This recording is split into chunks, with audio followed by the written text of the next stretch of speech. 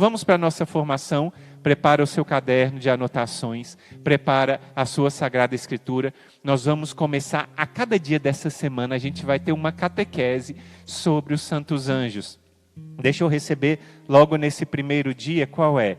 A pergunta que nós vamos responder hoje é: quem são os santos anjos? Quem são os anjos? Eu ouço falar muito, irmão, sobre os anjos, mas quem são esses? O que a Sagrada Escritura, o que o Catecismo da Igreja diz sobre os santos anjos? Então vamos lá. Os santos anjos são criaturas de Deus. Eles são criados por Deus, como eu, como você, eles também são criaturas, claro. Então, eles não são eternos, eles tiveram um início. Quando Deus quis, Ele criou os santos anjos. E Ele criou os santos anjos como seres únicos e pessoais. Os santos anjos não são cópias umas das outras, não são cada um igual ao outro, não. Eles são seres pessoais, diferentes uns dos outros. E Ele criou esses santos anjos para serem imortais. Diferentemente de nós que morremos e a nossa vida terrestre, corporal tem um fim, é claro que nós temos a nossa alma que é imortal, mas o nosso corpo tem um fim com a nossa morte, não é? É claro que depois, como nos ensina a Santa Igreja, quando tiver a volta de Jesus, tiver a ressurreição da carne, aí sim vai haver a ressurreição da carne, como nós proclamamos no creio, mas a gente tem a nossa morte, mas os santos anjos são imortais. Além de serem seres pessoais, eles são imortais. E são seres puramente espirituais. Isso quer dizer que os santos anjos não têm corpo, como eu e você. Eles são puro espírito. E eles têm uma inteligência muito maior do que a nossa. Porque nós temos as limitações dos sentidos.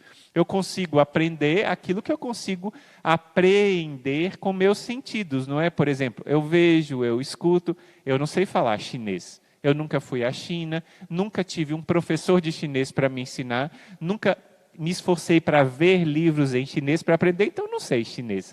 É um limite para mim, com a minha audição, com a minha visão, eu não consigo chegar lá. Mas os anjos são seres inteligentíssimos.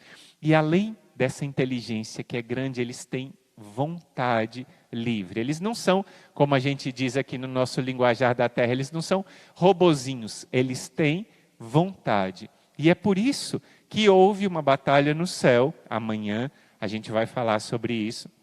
Eu só adianto aqui para você entender. Houve uma batalha no céu onde os anjos puderam, com a sua vontade, escolher adorar a Deus ou escolher a si mesmos. Foi uma batalha tremenda no céu e amanhã nós vamos dar uma catequese sobre isso, explicar para você o que aconteceu no céu, é o que normalmente a igreja chama de a prova dos anjos, é o que aconteceu lá no céu, essa prova grande que os anjos foram submetidos e que brilhou, é claro, São Miguel Arcanjo. Amanhã a gente vai falar mais sobre isso. Então, seres puramente espirituais, que não têm corpo, são seres que são imortais e, além disso, eles têm inteligência e vontade. E eles têm uma característica muito especial, eles intercedem por nós. Eles pedem a Deus por mim e por você. Eles intercedem. E é por isso que a gente vai clamar a ajuda dos anjos de Deus para nós alcançarmos a vitória. É por isso que a gente cantou junto com as nossas irmãs: vinde depressa, socorrei-nos. A gente pediu o socorro dos anjos e pediu e eles vieram depressa nos socorrer. Os santos anjos, eles vêm depressa para nos ajudar. Então você anotou esses pontos. Eles são servos e mensageiros de Deus, a gente sabe disso, porque a palavra anjo vem do grego, e no grego a palavra anjo significa mensageiro, aquele que leva uma mensagem. A gente tem sempre na Sagrada Escritura a experiência dos anjos que trazem mensagens de Deus. A gente tem, claro, São Miguel, São Gabriel, São Rafael, são os 3 anjos que a gente conhece o nome, mas em vários momentos do Antigo e do Novo Testamento, a gente tem a presença dos anjos Tem muitas pessoas que dizem, esse negócio dos anjos é invenção, não existe isso. É claro que existe. Está lá na Sagrada Escritura, em vários livros, no Gênesis, tem anjo. A gente pega, por exemplo, a história de Tobias.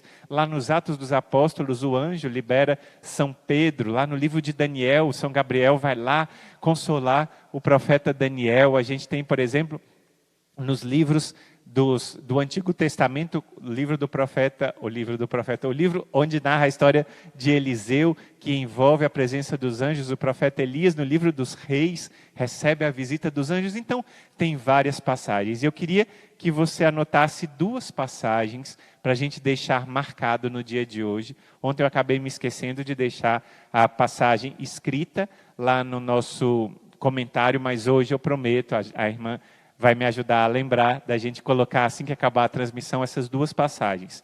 A primeira é a passagem de Mateus 18, 10. Anota aí, Evangelho de São Mateus, capítulo 18, versículo 10.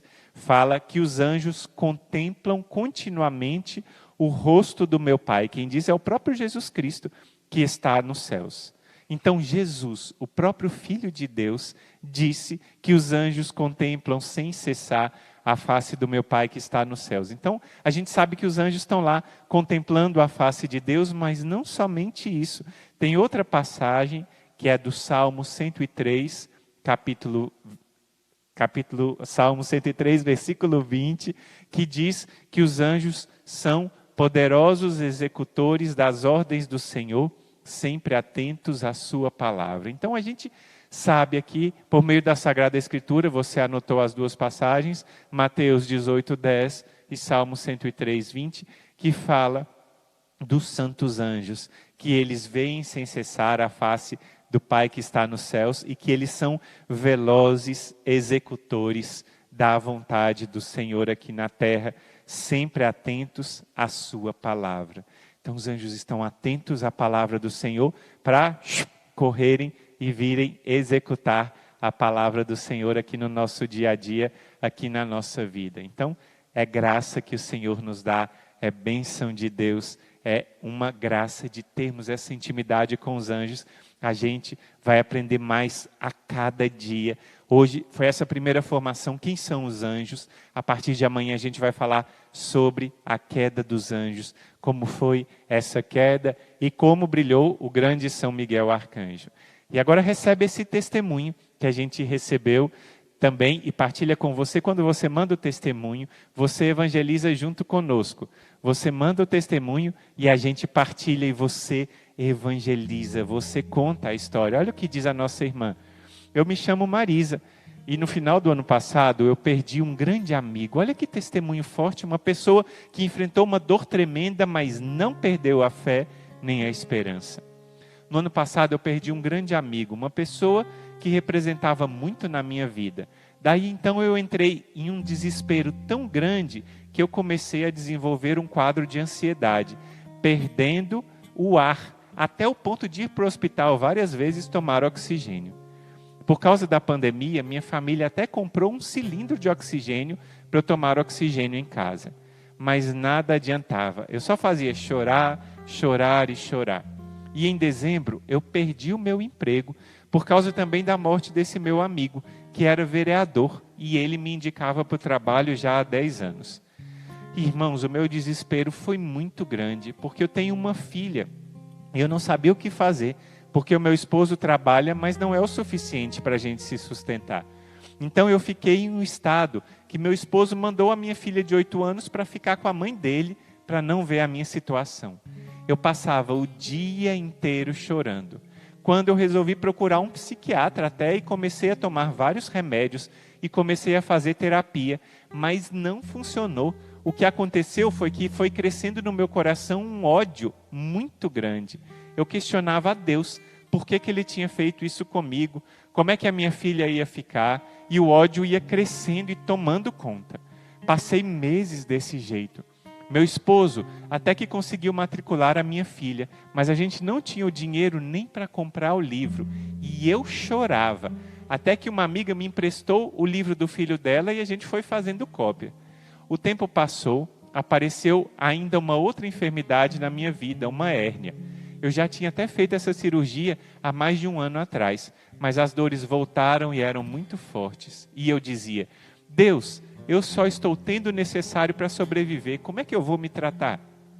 Mas no final de outubro, eu recebi o link de uma live do Instituto Hesed pela tia do meu esposo. E parece que algo me motivou a assistir a novena do meio-dia. Irmãos, eu senti uma paz tremenda. E daí eu continuei todos os dias.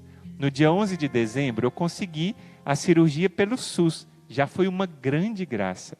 Daí, Deus começou a trabalhar na minha vida. Eu dei entrada no INSS e eu pedia todos os dias pela minha aprovação para o benefício. No dia 20 de dezembro, meu cunhado chegou com um presente para minha filha, a matrícula paga para o ano de 2022. Irmãos, eu fiquei sem palavra para agradecer a Deus. Mesmo estando devendo ainda o ano todo, eu sabia que Deus ia resolver todo o resto. E hoje, dia 21 de dezembro, eu fui para a perícia e fui aprovada para 1 mês e 15 dias de licença, podendo solicitar prorrogação. E eu sei que a minha mãe do céu é a única que eu tenho, porque eu sou órfã de pai e mãe. A minha mãe do céu vai providenciar tudo novamente.